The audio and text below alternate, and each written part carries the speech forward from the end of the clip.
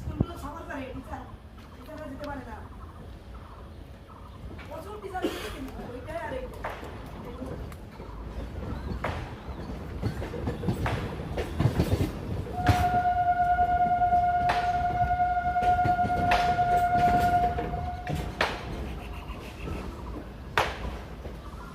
বাড়িয়ে আধ ঘন্টায় দমদমে নিয়ে যাবে।